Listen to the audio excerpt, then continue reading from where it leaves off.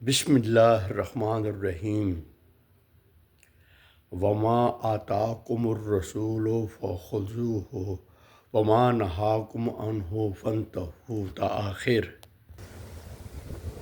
اللہم صلی علی محمد و آل محمد۔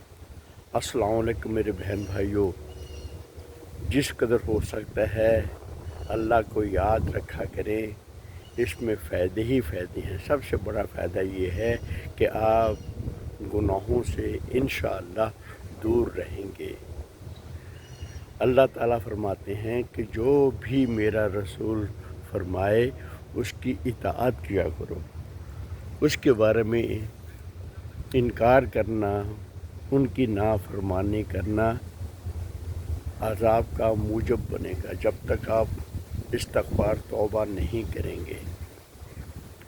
اللہ تعالیٰ نے اپنی رضایت کو اہل بیت کی محبت میں اور اہل بیت کے آقا مولا رسول خدا کی محبت میں رکھا ہوا ہے، اور اللہ تعالیٰ نے رسول خدا کو جو فرمان دیا ہے وہ حق ہے۔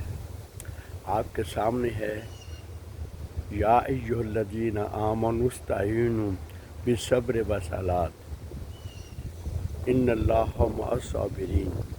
اے ایمان لانے والو، نماز کے ذریعے سے اللہ تعالیٰ کی صبر کے ساتھ اور نماز کے ساتھ مدد حاصل کرو، خدا تمہاری مدد کرے گا۔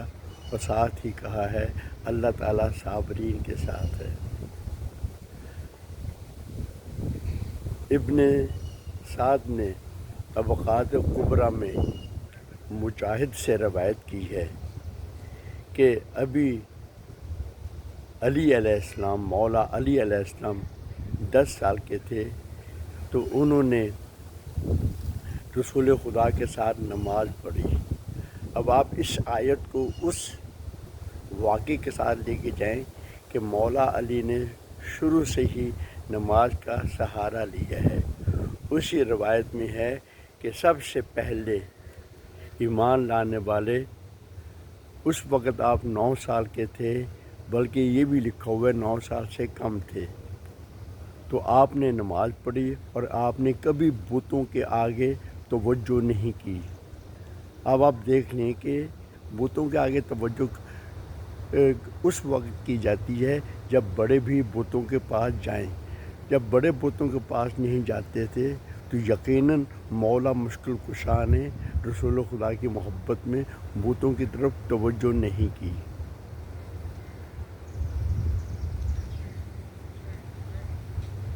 تو آپ کو چاہیے کہ آپ بھی نماز کی طرف توجہ دیں۔ سب سے پہلے نماز پڑھنے والے وہ مولا علی ہیں۔ اس کے بعد کئی سالوں کے بعد دوسرے مسلمانوں نے نماز پڑھنا شروع کی۔ اگر وہ رسول خدا کے اجازت لیتے یا رسول خدا کہتے ہوں گے تو اس وقت درست ہے کہ نماز واجب نہیں ہوئی تھی، لیکن نماز تو پڑھی جا رہی تھی نا، تو وہ پڑھ سکتے تھے، ان کا بھی ذکر ہوتا۔ اور یہاں پر میں یہ بھی کہنا چاہتا ہوں کہ مولا مشکل کشا سے زیادہ نماز پڑھنے والے کوئی نہیں ہیں، جن کے بارے میں ہے کہ 1000 رکعت نماز آپ پڑھتے تھے، اور رسول خدا سے تو زیادہ کوئی ہے ہی نہیں۔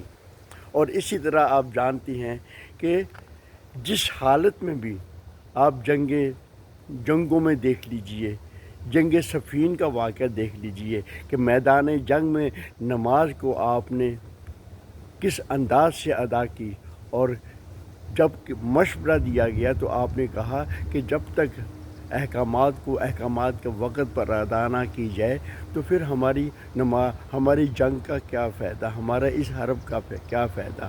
ہم تو چاہتے ہیں کہ ہر چیز کو ہر چیز کو وقت پر ادا کی جائے۔